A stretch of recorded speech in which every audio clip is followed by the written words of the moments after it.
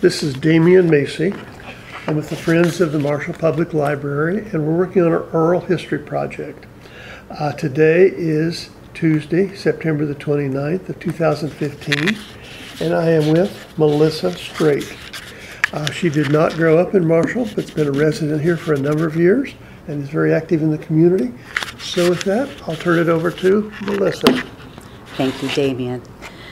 Well, you've written some very helpful questions here, so I guess I can just move down the checklist. I told you I've had a pretty boring life, so let's see. When and where were you born? That was Terre Haute, Indiana, on September 4th, 1953. I have no problem admitting my age. Can't do anything about it. You just had a birthday within the last 30 days. Yes, I did. Yes, I did. My father was William Leslie Folk. He had served in World War II and then Korea, and he passed away when I was about 4 years old.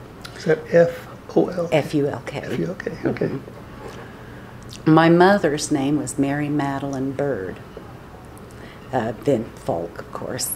I had two older brothers, Jerry and Terry. I know. I felt left out because she was married. There was Terry and Jerry, and then here was I, Melissa. Where did that fit in?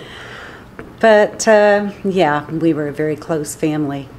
A lot of love in the household. I miss my older brother. He passed away. He's been gone for close to 20 years. Old-timers around here may remember my brother Jerry coached basketball over at Paris, and he was participating in the old timers games where all the former high schools before Terre Haute consolidated would get together and they would have basketball games against each other, I guess, to relive the good old days.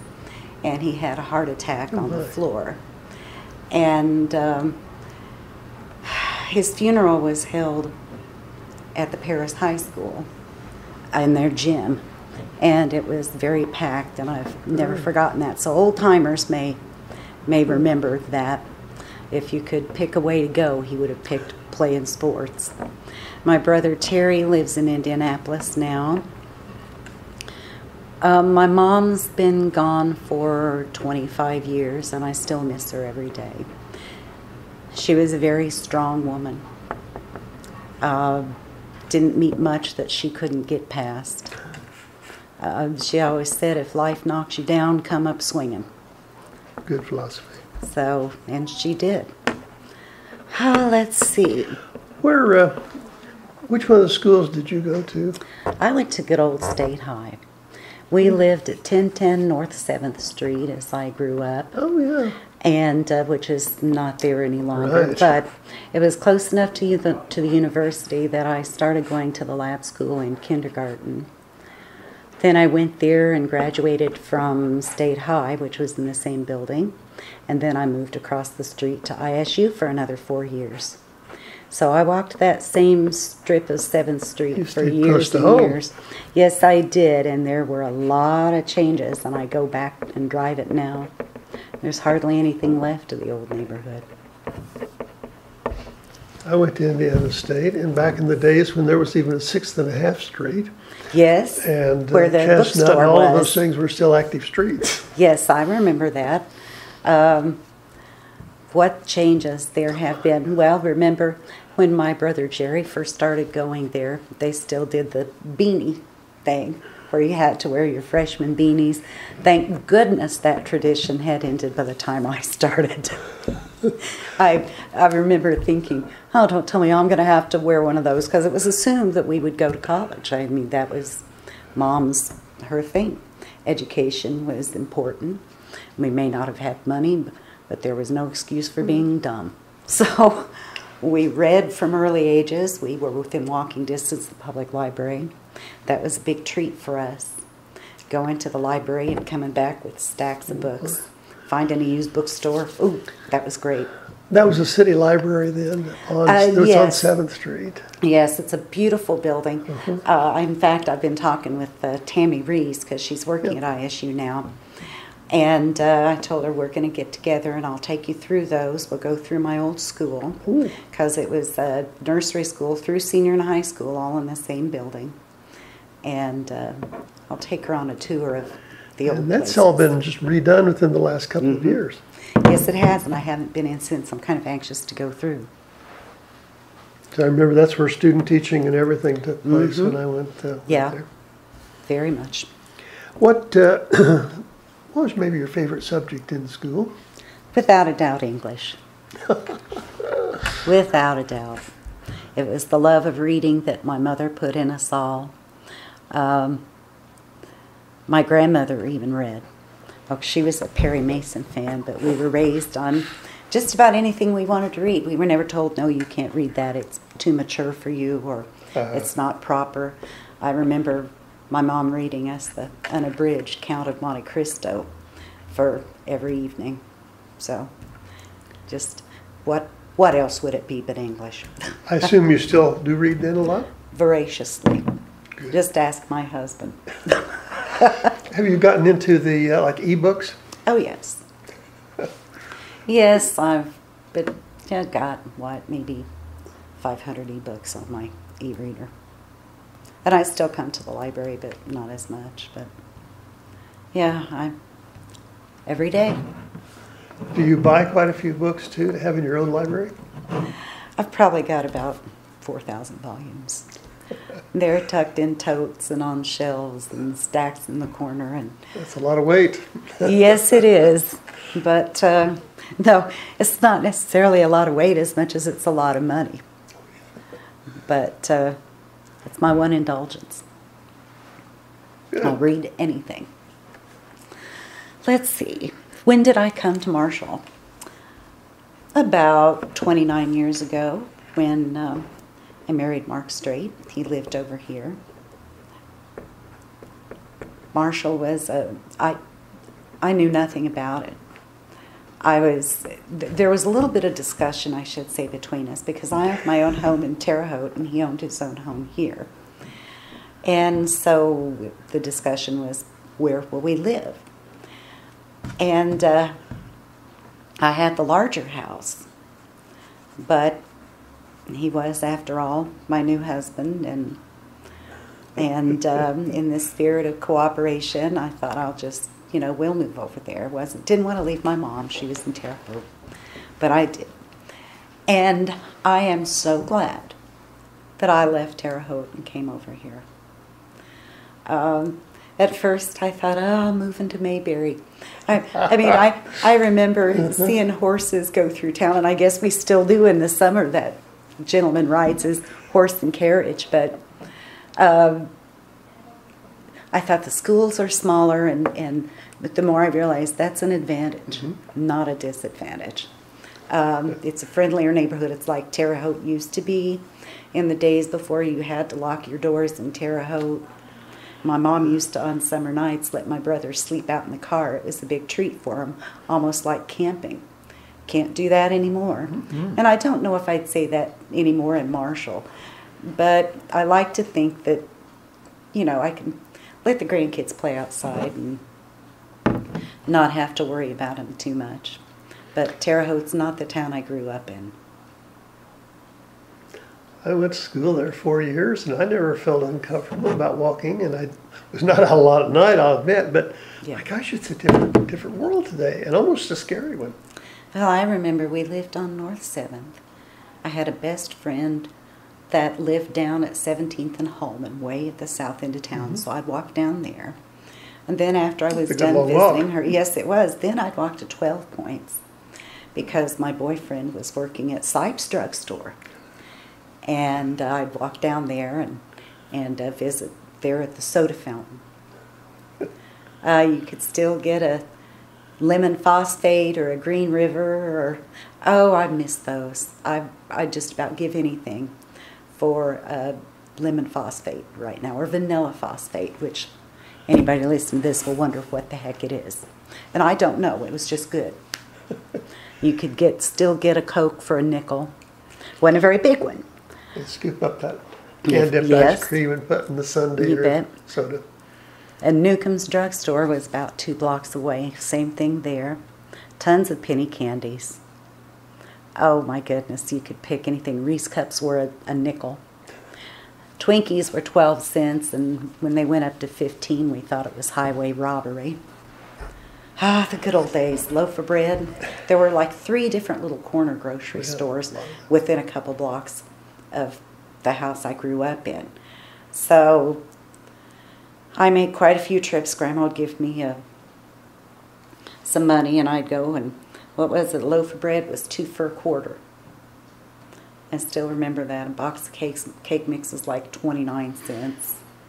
Mother used to send me to the grocery store for a quart of milk and a loaf of bread and $1, and I came back with change.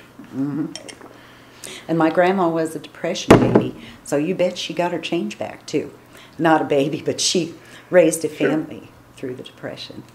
What about movies and theaters at that time? Did you go to those much? Oh, not a lot, simply because of budget reasons, but yes, I remember the old Indiana. I love the Garfield, the Swan, Grand. the Grand, yes. There were even a couple theaters in 12 Points. We'd walk down to the one that became the naughty movie theater before. Now it's the home of the barber shop, if it's still there. But they'd run horror movies. They'd run like 5 in a row on a weekend night. So my mom would give me and my brothers money, and we'd walk to 12 Points from there. And we'd watch, gosh, was it The Thing, Them, Mothra, Panic in the Year Zero, everything. And then we'd walk back. Of course, it was dark by then.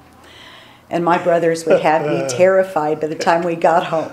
Saying, there's somebody behind there. I hear something to you. It was, just playing a prank on their little sister. Do you remember what the cost to enter the theater was for children?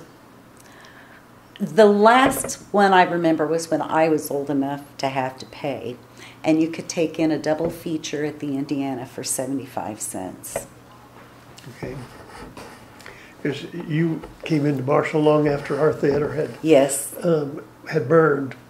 But as a youngster, I remember going there for 9 cents. So Yeah. it's great. Now, I love movies. They're not the same either.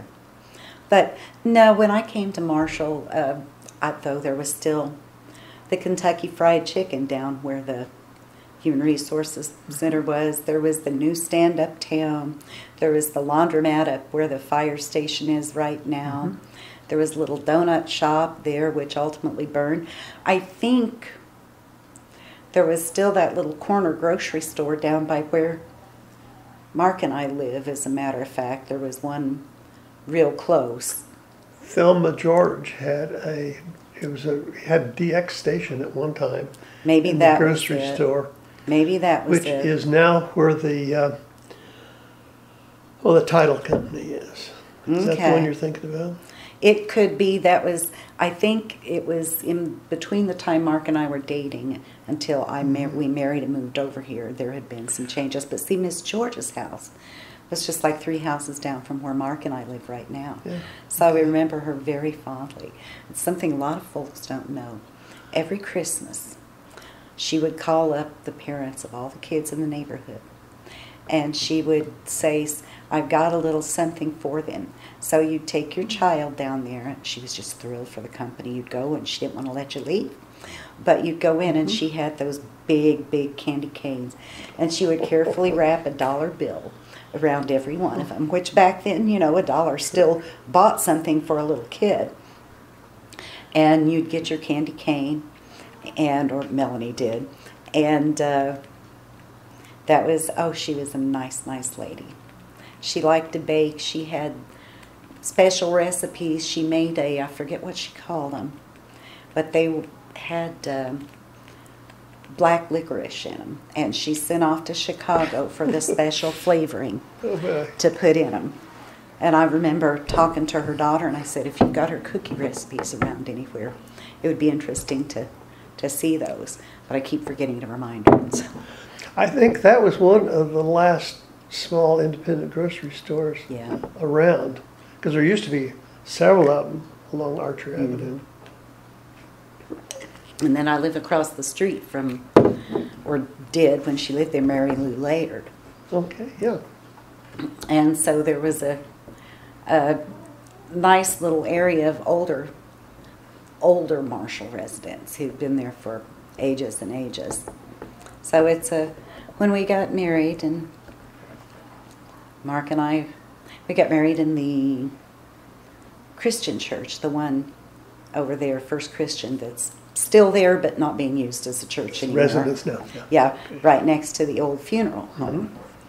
So, yeah, and the officiator, whatever, anyway, it was a guy that we worked with at Weston Paper, and he was a preacher part-time, and so he performed the ceremony, and the church was nice enough to let us bring in our own parson, or for lack of a better word. So you worked at Weston? I worked at the wood office for Weston Paper. That's how I met Mark. He was the graduate forester, and I was the secretary and then later office manager. And I had gone through a divorce, and I just wanted an adult to go to a movie with or something. And he was single and had never been married, and that's how it started. So you met then at the office. Weston facility? Yeah, we worked there. He was younger than I was. I guess that makes me a cougar. What did you major in at ISU? English, of course. Okay. English, well, secondary education, yeah, but... So you were planning to teach? I thought I would, but it wasn't in the cards for two factors. First, I have a terrible stage fright. I can't talk. I thought it would be different in front of a bunch of kids, but it wasn't. It just terrified me. But my feeling was that students deserve someone who's committed to the profession and could do it well. And as I was getting to the end of my degree, I realized that I wasn't going to be one of those people, and they deserved better. So I never taught. Did you do student teaching? Yes. At lab school? No, actually, I ended up over at Brazil. Oh, okay. So still close. Did that help reduce the stage fright at all? No. Just intensified it? No, it was still very painful. But some things never change. But anyway, so we moved over here. My daughter Melanie grew up. Mark's been a wonderful, wonderful father. Now I have 3 grandchildren that are the light of my life. Where does your daughter reside? They live out on Weaver Road in her husband's grandparents' place, or on the property there. Justin Hendricks is her husband's name. His grandfather on the maternal side was Dudley Belts, and his wife Doris lived down there. And so when they passed on, Justin, I guess, had always wanted to live on his grandparents, on the old home place, whatever that was where his mother grew up, etc. So now they do. Great. And you're not too far away. 15, 20 minutes, which, that's plenty. I see him almost, or at least talk to my daughter every day if I don't see him. And I'm so lucky. Nowadays, it seems like kids grow up, they move away, and there's a whole bunch of grandparents that never see the grandchildren. Mm-hmm. And they tell me how lucky I am, and I know I am. Have you ever, Melissa, thought and looked back and say, what if I had taught? Yes. Biggest mistake I ever made. For a couple of reasons. First of all, trying to get past the things that kept me from it. Mm-hmm. And then maturity has given me more skills to make me think I could have overcome problems, that I would have found a way to, to be effective and be good at it. But back then I was just intimidated by the whole process. Plus, I'd be retired now with a pension, and I'd be going, na na na na na na. Teaching has changed an awful lot. I think student attitudes and all of these things and modern laws and everything. Do you think, boy, would you want to end up in going into teaching today? Sure. Yeah? Okay. But children deserve someone that want to teach because they want Yeah. to be a teacher, not because they want a career. And there's a difference. But the thing is, and I've said this often, if you remember when you were young and you'd be talking with your parents and they'd say something and you say, but Mom, it's different now. But now you grow up and you look back at that and you think, no, it's not. It was exactly the same. But nowadays I really do feel that when kids say it's different now, I think it really is. I think attitudes, discipline, and all the things, plus just the family life of students has changed terribly, and not for the better, really. Well, that depends. As far as opportunities, yes, there are more opportunities, and believe me, I'm not one of these more opportunities for women and all this kind of stuff. But yeah, there are more opportunities. But on the other hand, I'm afraid some things are being lost in the middle of all that. Mm-hmm. And I don't know what the answer to that is. And I think we're so afraid about hurting someone's feelings that we're not preparing kids for the real world. And I know there's so many regulations and so many things come out from state and federal and all that I'm not sure all of those things really are in the best interest of that student and what's going to benefit him either. The problem is, and I've found this in the business place as well, and I've worked for small businesses and I've worked for large businesses. In the large businesses especially, the people that make the rules are not the people that have to implement them. Right. And that's, I think, an issue whether you're talking about teaching or any other career. And that's unavoidable. And things have changed so much, I think, especially in large corporation. Everything is the bottom line anymore. It's not the people and what they can do, but, well, what's the bottom line look like? Well, I'll give you an example. When I worked at Weston Paper, and I had only been there for about a year before I got pregnant. And I had done such a good job that they didn't want to lose me. So, and to toot my own horn, but at that time Weston Paper was still a family-owned corporation and the family was still involved more or less in the running of it. And so, and I was dedicated. I was at work the day before my baby was born. You don't get much more dedicated. Really? So, to keep me happy, and there was the big concern, oh, she's going to want to stay home and raise the baby. We've got to make it appealing to her. We've got to treat her right. So I got, for the whole time I was off, a month and a half, I got full pay every week with my insurance still covered. Now, tell me a big corporation that's going to do that for a secretary nowadays. So Still happened. I went back and I stayed there and I worked my way up and I became the manager of the wood office. And I was the only woman in the office. Actually, I was just about the only person in the office. The guys that worked there were out in the field all the time. But it was, I loved the job, and I certainly wasn't in a position to not work. And you found your husband there. You betcha. One of those things where you think, looking back, of all the decisions you've made in your life, small, large, whatever, how one decision, in that case, to take that job there instead of staying at the construction company, put my life in a completely different direction. And I don't regret it. With your, and you mentioned your move to Marshall, you had some kind of reservations maybe to start with. As you moved here and I guess finally started to meet some people and all, did that, I guess, warm welcome feeling come easy, or did it take a while? Well, it's kind of funny. It took a while, but that wasn't because of Marshall. I think employment opportunities for women in Marshall, if you're not working at TRW or whatever, have been very limited. And to this day, if you look in the newspaper, you'll never see, or very seldom see, a secretarial job. That's because I think they're mostly hired by word of mouth from other employees. True. So when I worked in Terre Haute and continued to work in Terre Haute, as a result, I didn't meet Marshall people. The only Marshall people I met were when I went to a school function, and a lot of school functions that they occurred through the day, all the little parties that kids have, I couldn't go to, I was working. So it wasn't until I started working here in town that I began to broaden my circle of acquaintances here. Otherwise, it was casual conversations with other parents.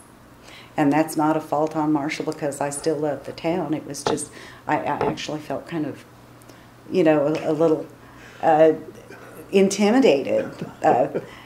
I'll give you an example. You say, you'll be talking to someone, and they'll say, well, so-and-so just had a wreck, and I'll go, oh, who's that? Oh, well, you know, then they used to be married to whomever. No, I didn't grow up around that. Well, they lived right down the street from whomever. Well, no, I don't know where they live. So it takes a while to get to the point where you can relate to things. I know, especially locations, many people refer to who used to live in that house, or that corner, or such and such. That's quite common for, I guess, again, it's maybe a small town. Yeah, and that's fine, but it's funny. And I just got to the point where I patiently tell people, now remember, I didn't grow up around here, and it didn't bother me at all, but it was just like, you got to give me something better. So you have lived basically in the same neighborhood since being in Marshall. Yeah, lived there. Since we moved here, people tell me it was Les Litterall's old house, who apparently used to be the clerk, county clerk, treasurer, something, anyway. I believe it was county clerk. Yeah. But he was in the courthouse, I know, for years. Yeah, exactly. And I knew Les. Matter of fact, he used to come back once in a while, but I can't think what his exact title was. In the courthouse. Mm-hmm. And right across from the old writers' colony. Uh-huh. Did you hear all kinds of rumors and stories about it? No, actually I didn't. At that time, when we moved over here, John and Judy Hollenbeck were going through that problem with their baby. And they lived just far enough away, so my contact, I'll never forget when we moved over here. Mary Lou Laird. There was my daughter, and she must have looked so forlorn over there playing by herself or with no one but me. And Mary Lou, bless her heart, came over and invited Melanie to go across the street and play with her niece and nephew that she had at that time.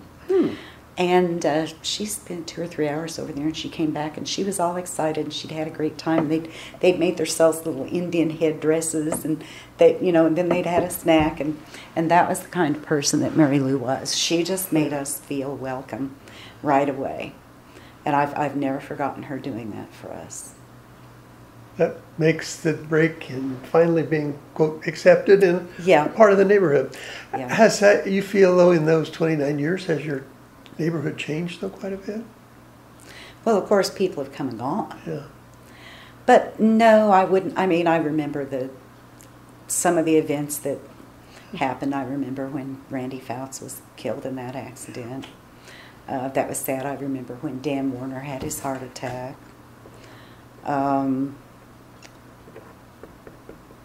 Just different things. But I think the neighborhood is more or less just good, solid people. Nice people. There's, I think, a lot more dog owners, but maybe that's just because there's just about everyone, I'm thinking of the houses in a row. There's 1, 2, 3, 4, 5. Out of 7 houses in a row, 5 of them have a dog, or more than one. Do you have a dog? We do indeed. Yes, we do. We have a princess inside, and 2 hooligans outside. What kind of dogs are they? The one outside, they started out as rescues. It's a funny story. That's the best kind. We had just gotten home and this was a big deal for us, but Mark and I, and then 3 grandkids, Melanie and Justin, we'd splurged and we'd spent a weekend at Holiday World. Yeah. And we'd just gotten back Sunday evening, and Penny Kennedy called us and said that they were in a situation with the rescue, and the pound was getting full, and they were going to have to start euthanizing. And could I foster two? And I said, yes, indeed, I can.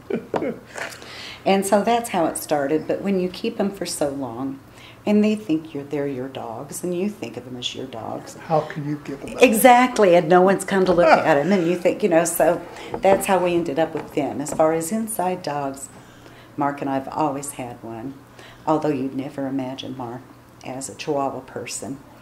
But she's a Chihuahua mix, but yeah, we have little Princess inside now. And I think people who do not have pets sometimes just cannot understand, or how can you baby and pamper a dog? Yeah. Because they are like some of the family. They are, but it's not for everyone. And we happened to be, me and Melanie and the grandkids, we were at the pet store, it's been 3 months ago or so, and because I wanted to pick up something for Dolly. And they had an adoption event there. And we all fell in love with this little beagle mix, and I've had a beagle before. And she was ready to go home with us. The kids were begging. They even were offering their allowance, the money they'd saved for their iPads. They wanted it.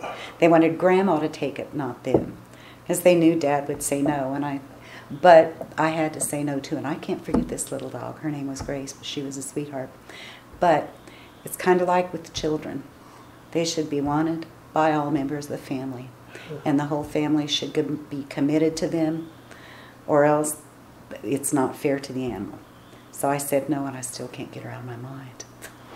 We had a beagle for 16 years. And Great dogs. They're just so lovable, and the personality is and really goofy outgoing. and stubborn, and not the sharpest tack on the board. But their charm gets them past that. They're lovable. They sure are. With the, I guess having a pet, and you probably had one when you were a youngster too. No, actually we didn't. Really? The problem was that Mom worked 2, sometimes 3 jobs just to make ends meet. And with us in school for the most part, there was no time to pay attention to a dog, no time to take care of it. It just never happened.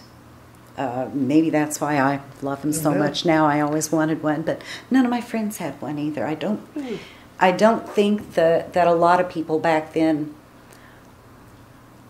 had pets, or if they were strictly outside dogs. And inside dogs, I think, have only, to me anyway, become more popular recently.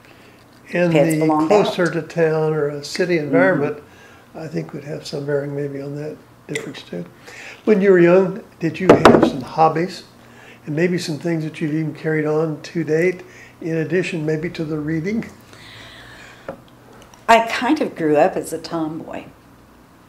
And don't get me wrong, I mean, my mother insisted on every Sunday night putting these darn Shirley Temple finger curls in my hair. And then every Monday morning I'd borrow someone's brush on the way to work and try to brush those things out, and by God, they were there to stay. But I still, though, with 2 older brothers, you've just got to learn to do boy stuff. And so I was recruited for baseball. I had a mean little bat. I mean, I could. And basketball I wasn't so good at because I was short, but we did that. Mom and the boys would play tennis. They'd ride their bikes up to the ISU tennis courts, but I didn't enjoy that. Basically, horses. Like most young girls, I was crazy about horses. I wanted a horse so bad, which was never going to happen. And looking back, that's fine, but I thought I would have done anything for a horse. Oh, well. My kingdom for a horse. Just about. But they don't call me Richard. No, wait, it wasn't that. It was Alexander? No. I'm missing my classical references. That's what age does to you. Go ahead. One thing I wanted to say, we talked about family and et cetera, and about my childhood. Well, no, I didn't have Reading, that was what I loved to do. Tramping through the woods, I loved to do that. Mom wasn't demanding on chores. She didn't have a lot of time for housework. That was one thing that kind of fell by the wayside, and so she didn't demand it from us. But my grandma lived with us quite often. So I had a little insight about the cooking at that point, because I remember it so well. When when Mom was there and Grandma wasn't staying with us, Mom, she got home from work. She had 3 kids that were hungry. She had to get it on the table fast. So she didn't spend a lot of time on, it wasn't bad. It's just there was, do it and get it done. But when Grandma was there, I noticed how Grandma's habits had been shaped by the Depression.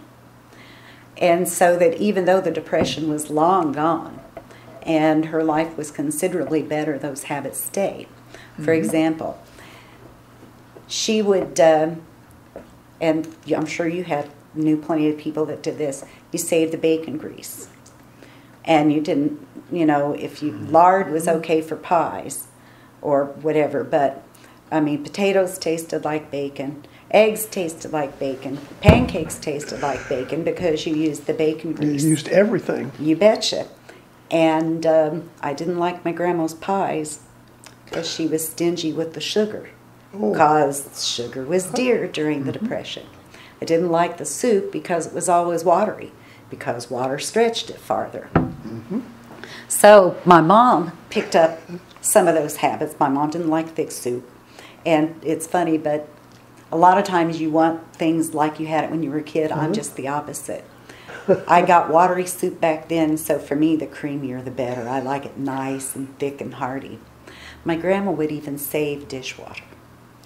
She had a tin or aluminum dishpan, and she'd mix up her dish soap in that, and she'd shave the slivers off of the bar. There was such a thing as dish soap, but we didn't buy it. She shaved this, and then she would do the dishes in it.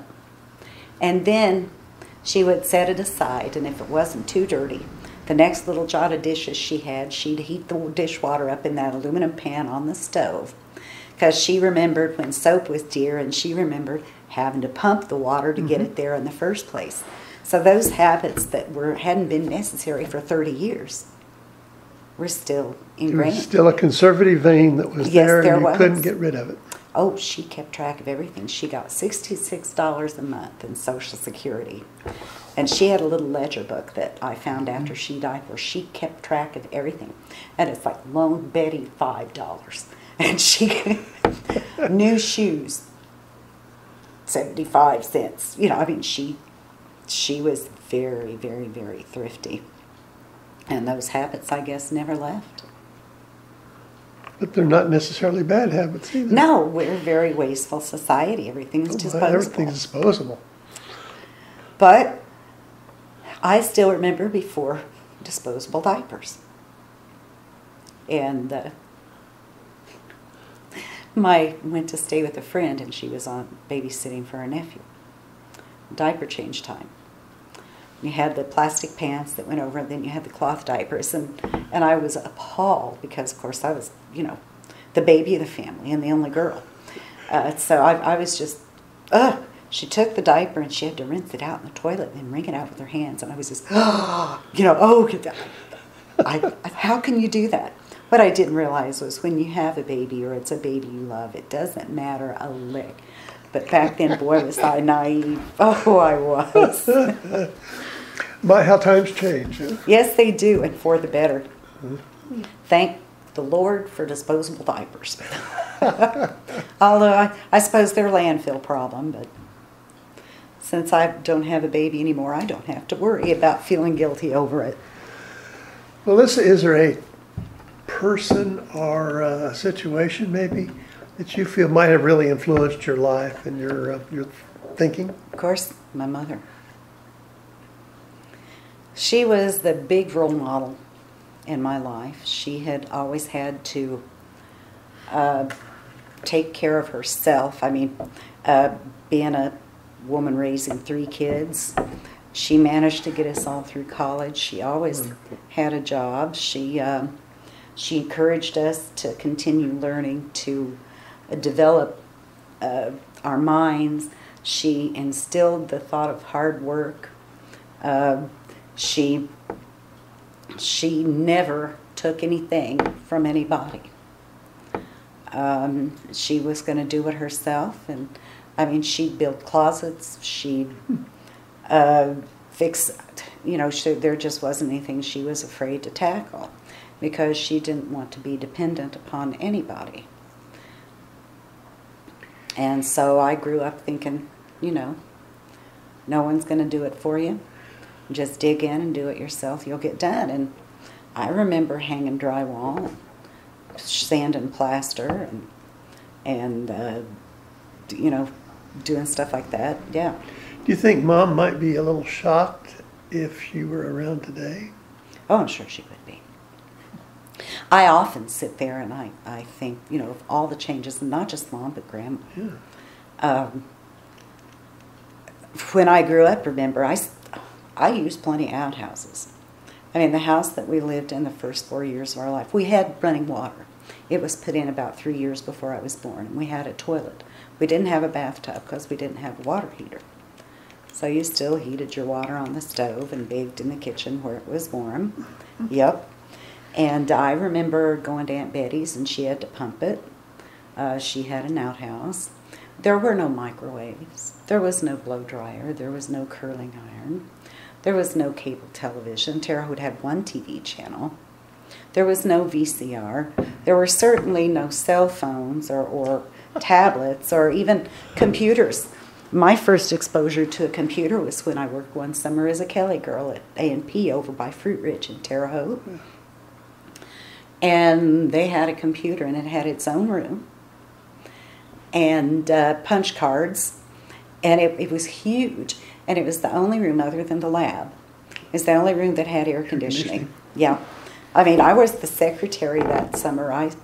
We all sat out on the second floor in this big office area where everybody had their various jobs, suffering, but by gosh, the computer was comfortable. With all of the modern conveniences, and you just named a whole bunch of them, is there something you could say, gosh, I've got that today, but I just couldn't live without it? Air conditioning. And that sounds so selfish, but I remember many nights at the start of summer, and we had these huge big fans, and they weren't even box fans. They had to be set into a window. So I remember every summer my mom hauling those out and getting them set up in the windows. And then you'd lay there at night, and you'd just be so hot and miserable, and you couldn't sleep, and there was not a thing you could do about it. They moved the air, but it was hot air. Yeah, there was, maybe a few places had it, I don't know, or maybe a better off family than us, but that certainly didn't cover us. But it made for a miserable summer. So yeah, air conditioning. Once I first put central air in my house in Terre Haute, I swore to myself, I will never do without it again. Never. And I meant it, and I haven't. I think Mark has had an interest in cars and stuff too over the years. Have you had a similar interest?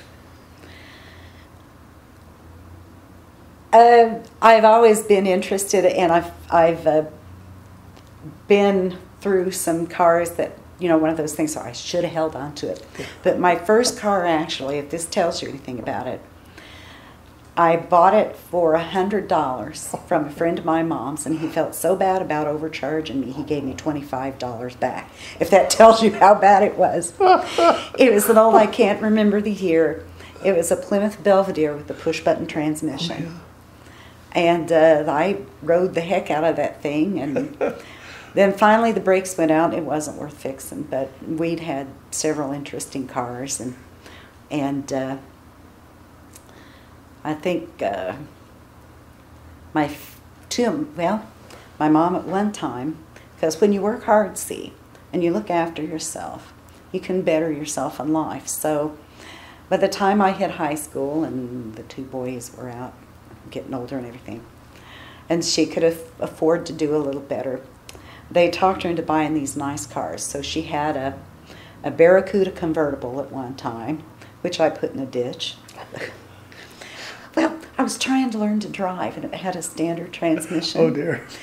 And we were out in the country in Clark County, and I still go past that intersection occasionally. She told me to slow down and turn. And I was pumping the brake pedal like mad, and it wasn't slowing down, but I still tried to turn.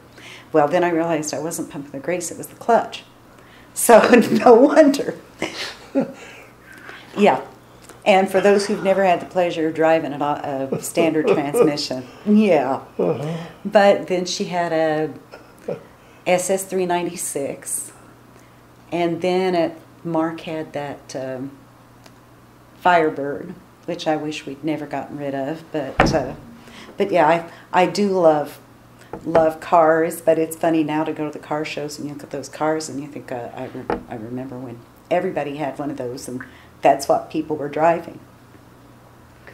And then you find out the price of that car. Yeah. Well, a little perspective. I remember when I was living at home. Gosh, I was still in college, I think, and they advertised a brand new Duster for $19.95. Now, what kind of new car are you going to get for $19.95 today? None. You could hardly find one on the used car lot that would be safe to drive home. Exactly. So things have changed.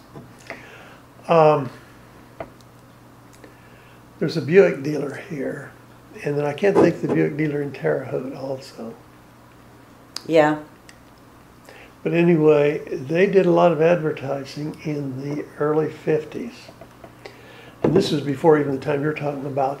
But a Buick Roadmaster, which was the largest and most expensive model, was around $2,500. Mm-hmm. And that included automatic transmission and radio and about everything else. See, they made Roadmasters into the early 90s. Mm-hmm. Oh, yeah. I looked at one. It was huge.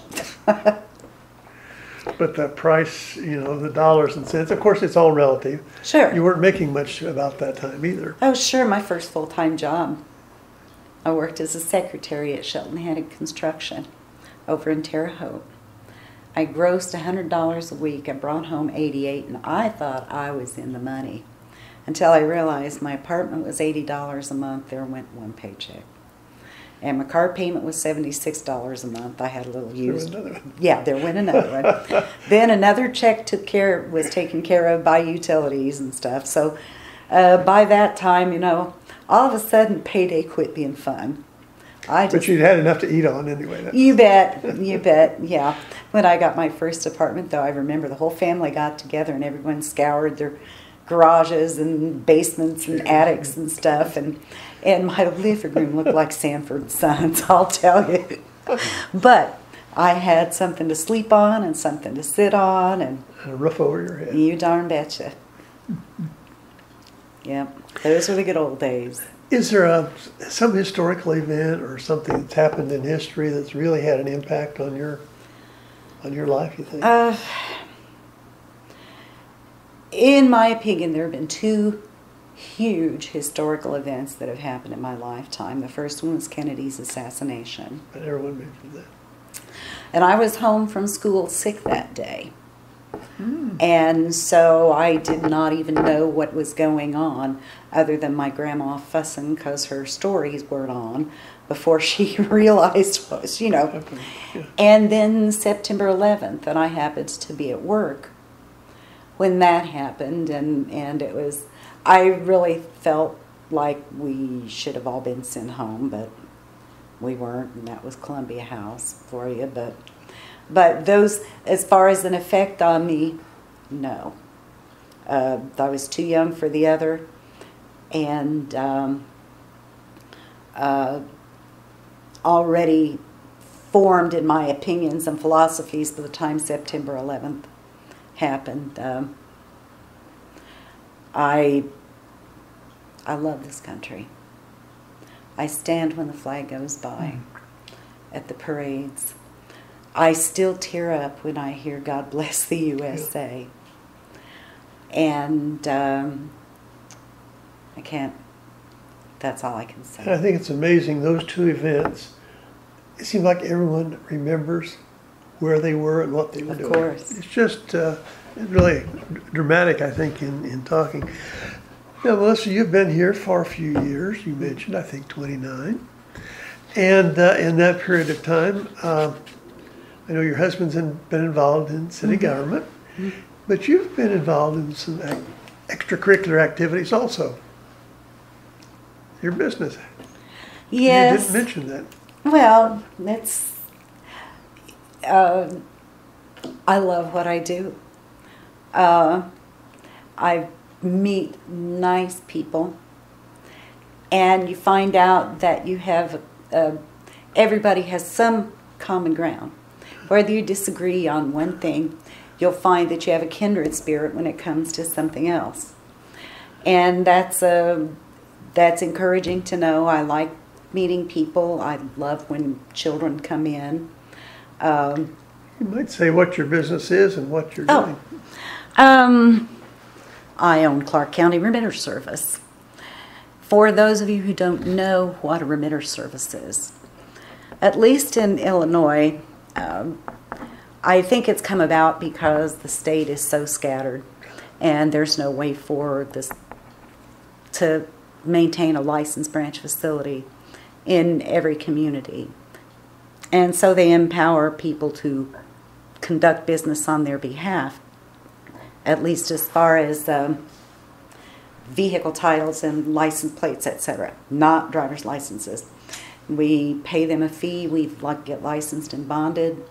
We have to renew that every year, and then we take care of that for people. But because we're not funded by the state, we charge a fee for our services. And when I first bought it, I was working for Terry Stephen, and we put my daughter Melanie in charge, and she took the ball and ran with it and did an awesome job. But then she began having children, and by the time you get to 3, there's just, so then at that time I left. Before that, actually, I left Terry's and took over, and it's a learning experience, and it's complicated, and owning your own business. I get a kick out of it because you'll hear people talking and they'll say, well, he owns his own business. He's got all the money in the world. He could go, and they think you can go wherever you want, whenever you want. And yeah, you can if you don't care about paying the bills. Mm-hmm. Because as an employee, you clock out at 5 o'clock and you go home and do whatever you want to. Your boss leaves at 6 or 7, and he goes home and flies awake at 2 o'clock in the morning, wonder if he's taking care of something correctly. He can't take off because he can't trust you bozos to do the job while he's gone. Pardon me, but so yeah, owning your own business is if you're getting there because you want to take off whenever you want to and you want to be rich at the same time, I would suggest considering something else. Not going to work. And Melissa, you, I don't know, a few years back here, built a lovely new building out along Route, the old Route 40. Mm. Was that a decision that you took lightly because you had been renting? And obviously there's some things taken care of with the rent that now then you've got to take care of on your own. Well, it's not a new building. We had found a used modular and took advantage of that. But the problem was we were situated in the old city hall in one room. And a lot of my clients drive or operate semis. There was nowhere for them to park and access my business, so they'd have to park 2 blocks away or block traffic or whatever. There was no room for any clients. I mean, there were 2 chairs in the whole office other than mine, and that's all there was room for. So I'd have people lined up in the hallway, and then some of them would just get tired of waiting and walk out, and it was costing me money. So the opportunity came up. We had that property already because Mark had his log yard there. Okay. And we found the building for a reasonable price. So we thought, well, this is a good opportunity, So yeah, we did her, took the plunge, whatever. We had to have more room. So it's a risk. It's everything, if you.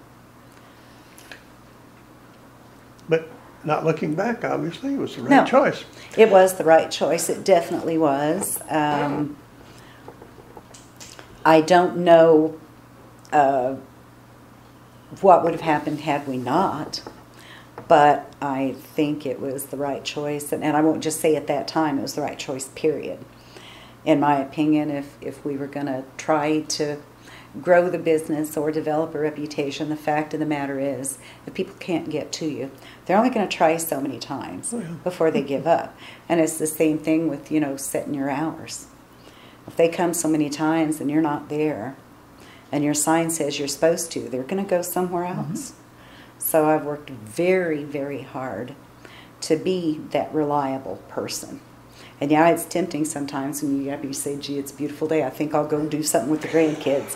You know, yeah. The downside is you never get time off. Because as the only operator, the only person that's there, if I take time off flat out, I'm not making money.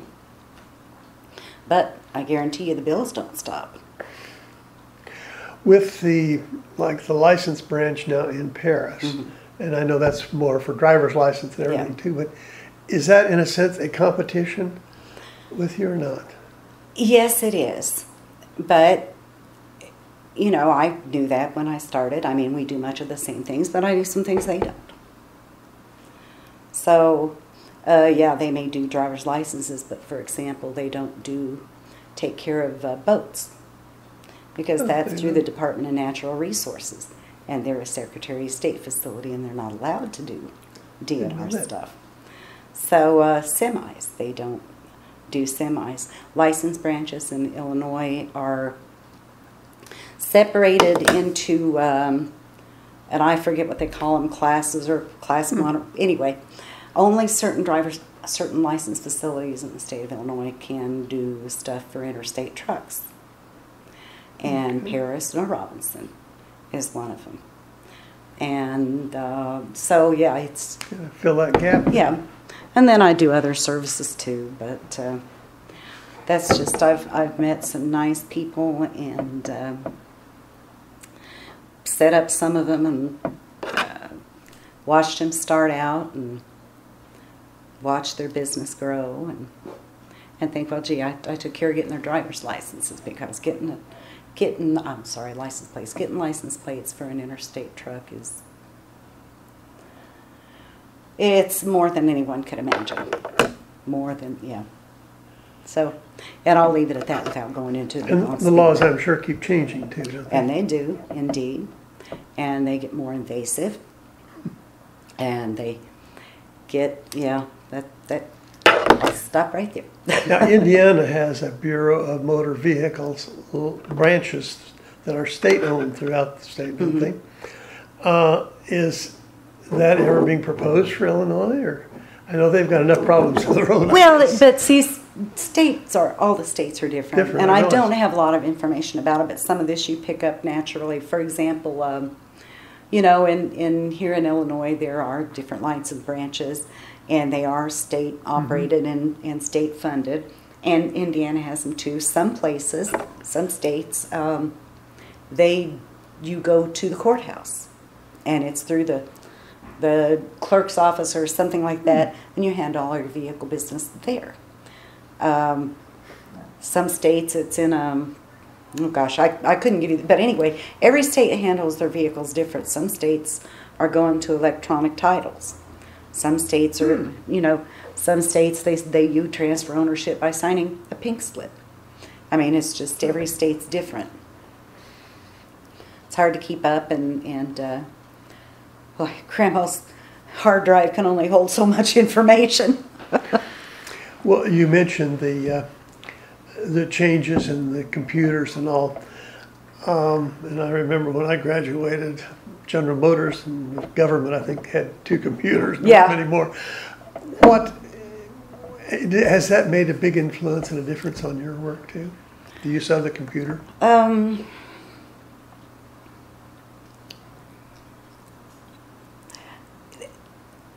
You have to remember, I've been working in offices since I graduated from college, so we're talking 40-some years.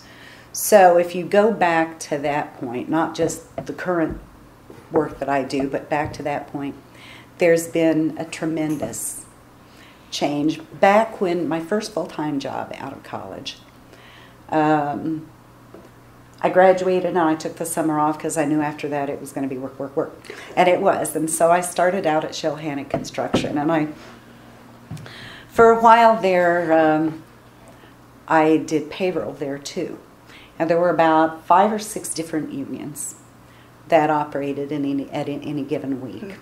And for a total of somewhere between from 80 to 110 employees. And of course, they all make their different rates, and some of them were apprentices, and some were this. And then this union had a deduction for pension, and this union had a deduction. So you had, and I remember doing that whole payroll by hand. Now, you just add up everybody's hours, punch them in, and the computer does the rest, all the deduction, the taxes, everything.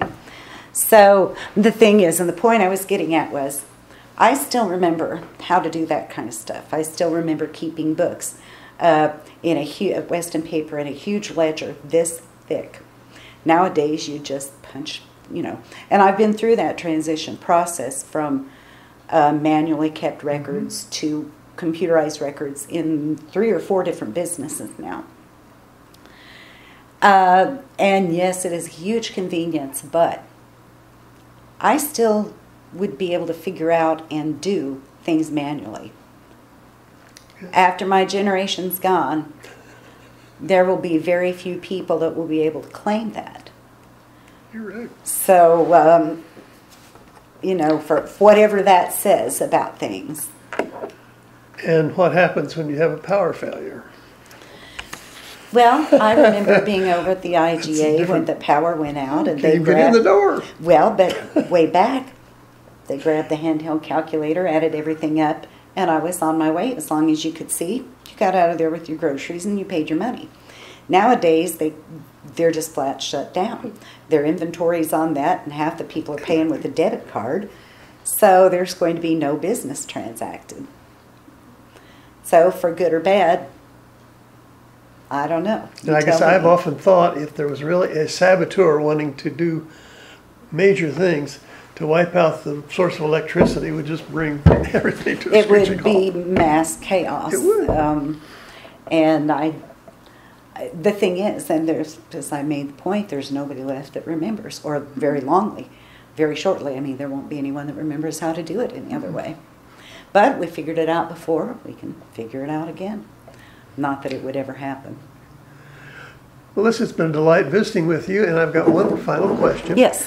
If you were traveling somewhere, and I know you do a little traveling, but let's say you were in another country and you said, I'm from Marshall, Illinois.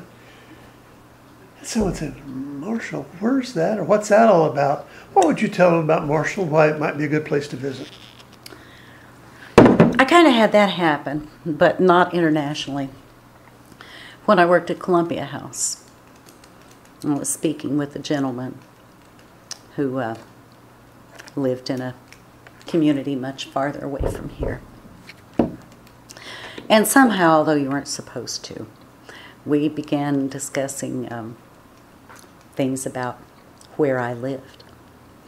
And I was telling about the small town atmosphere and the friendly people and the schools where you didn't have to worry about your kid getting beat up just because they looked at someone wrong.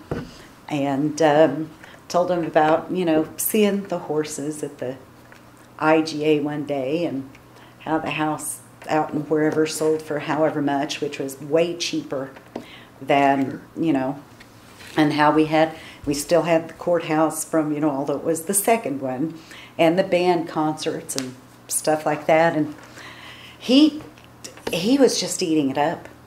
He just thought that sounded like the greatest thing. He was, that sounds, I don't know what it was, but, I think for him, I think he probably felt like he'd been a part of the rat race and the rats were winning.